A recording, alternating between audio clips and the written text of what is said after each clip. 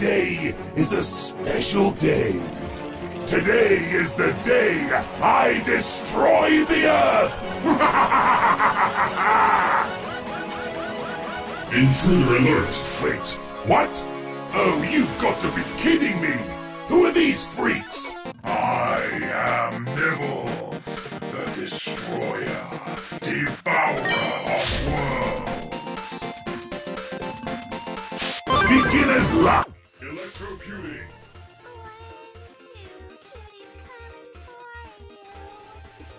"88 heroes, 88 levels, 88 minutes until the end of the world." I love this game. Basically, it's a 2D platform game where you use a different character to beat each level until you complete all the levels, or until you run out of heroes, or if the time runs out, it's game over. It's simple but brilliant. But what makes this game so good is its humour. You know, you control some of the most ridiculous and pointless superheroes of all time, like Glass Girl, a girl made out of glass, and if she jumps too far, she breaks. And yet if you complete the level with such a stupid and useless character, you get a real sense of satisfaction. You also get characters like a panda juggling balls and riding on a unicycle backwards, and all the controls are backwards too, just to make it even harder, or the invisible sheriff, a cowboy that nobody can see except for his giant badge. But despite their appearance, some of these heroes are actually pretty useful and cool, like Commando, who has an AK-47 and can just blast his enemies to pixels, or Madam Missile, who literally can just fly across the screen and blow her enemies to bits. Or Weird Bulk, who's like this little tiny guy running around sweating, totally weedy, and then every few seconds he hulks up into a big red horned monster and crushes his enemies. And he can even knock through walls. Other characters can teleport or even fly over obstacles, making them surprisingly cool and effective. Maybe later. Note to self. Hire more guards. But it's the characters and their amazing, ridiculous, or sometimes useless superpowers that give this game its sense of fun. Each hero is randomly selected, so you never know which character you're going to get. Some have abilities that will make light work of any level, others will get themselves killed or accidentally blow themselves up in a few seconds. In fact, there's one character who's a scientist who just runs around sweating, carrying a giant bomb on his back. And if you don't keep a button pressed down the whole time, it explodes and blows him to bits. In fact, if you hit anything, it explodes and blows up in spectacular fashion.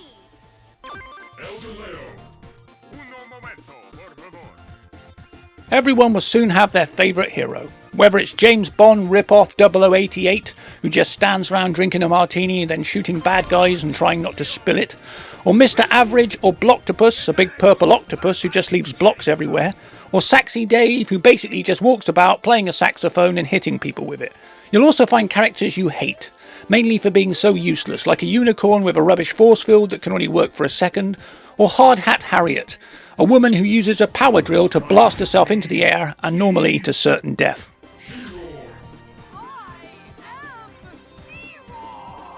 Yet even the worst superheroes sometimes find a level that actually suits them. This is the beauty of the game. The levels are full of traps and shortcuts, killer robots, guards, rocket turrets, and some are perfect for certain heroes. But other levels can mean certain death within seconds.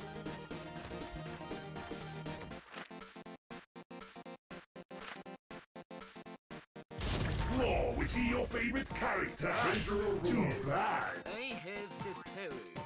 The game itself is split into sections. The first are the office levels. If you beat them, you'll take on a big boss battle against the evil villain of the game, who watches your progress throughout on a TV monitor, and genuinely, he gets more annoyed every time you complete a level.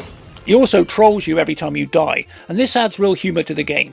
And there's nothing more humbling than blowing yourself up with your own bomb by accident, and hearing him say, "Well, that was pretty stupid, I'm filing that under E for embarrassing."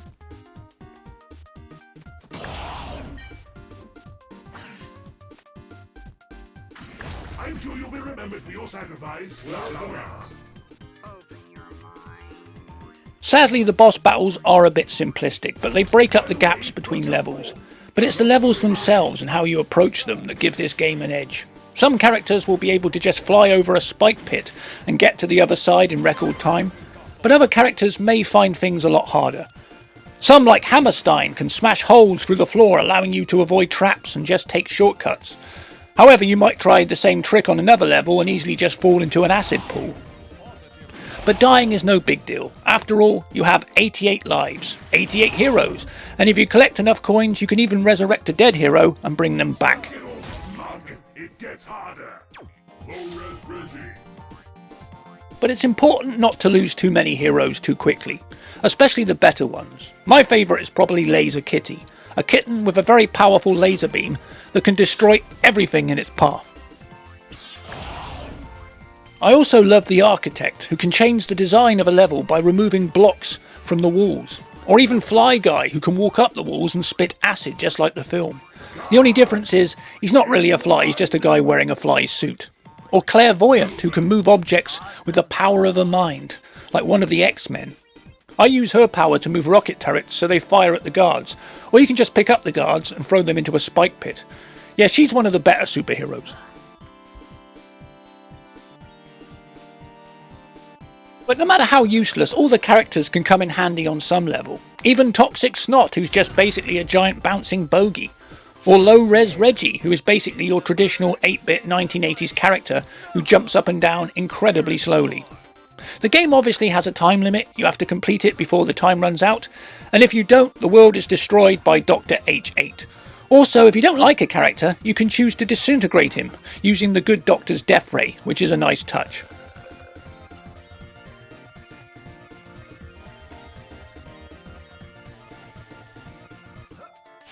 You were supposed to die! Laser Kitty! This game is packed full of pop culture references and rips off every character from almost any film, and it all adds to the greatness of 88 Heroes. I mean, the character Commando is based on the character Rambo, and you get a Barbarian based on Conan from the 1980s film. 0088 is obviously a rip-off of James Bond 007. You even have a character called Rick Roll, who is a 1980s singer, and I'm assuming he's based on Rick Astley, and he fires his heart as a weapon, i.e. the power of love. Ow! Lord Fisticuffs! Our queen and country. Fly Guy is basically based on the character The Fly from the films, and he says things like, "Be afraid, be very afraid," every 30 seconds. But he's just in fact a guy in a suit. But he can puke acid and melt robots, which is pretty cool. And he can also walk up walls, which is also pretty amazing. Mr. Kung Fu is based on the characters from Street Fighter, and if you figure out the buttons, he can perform at least 3 classic attacks from the game, which I discovered by accidentally messing about with the buttons. He can shoot a blue energy ball from his hands, or do the classic Street Fighter uppercut, or even spin through the air doing this non-stop flying kick and that allows him to jump over pits, which makes him a pretty surprisingly awesome hero. Especially compared to Watt, who's just a question mark that stands there asking questions, then normally gets killed pretty fast.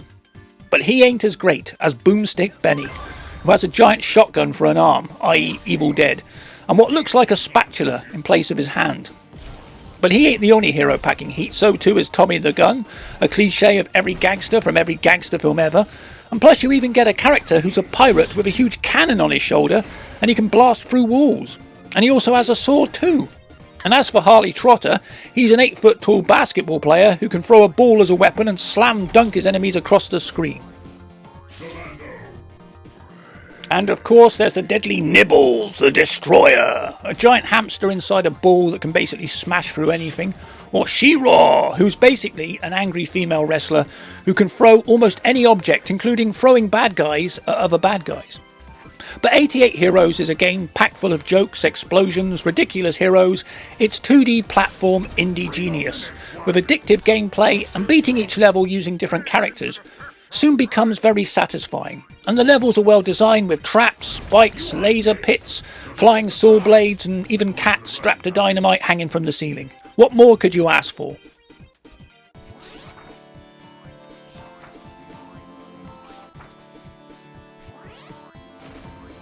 Is that it? Ugh, that was boring. Disco.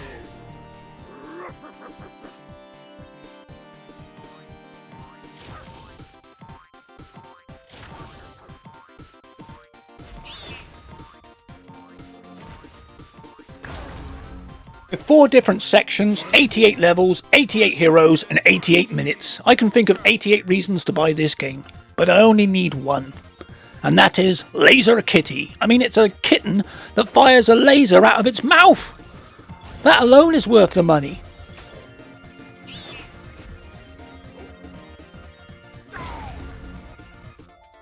Turbo Guppy.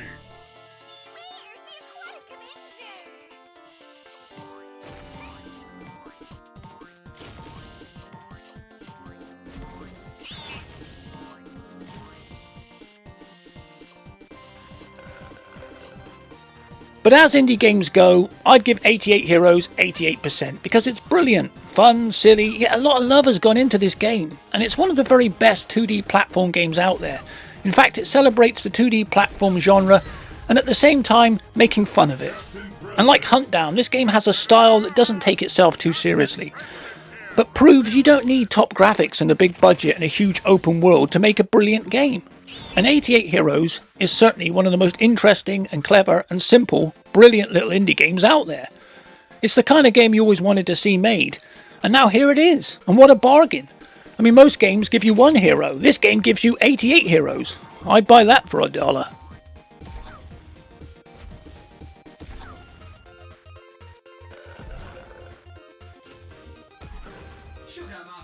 Maybe later.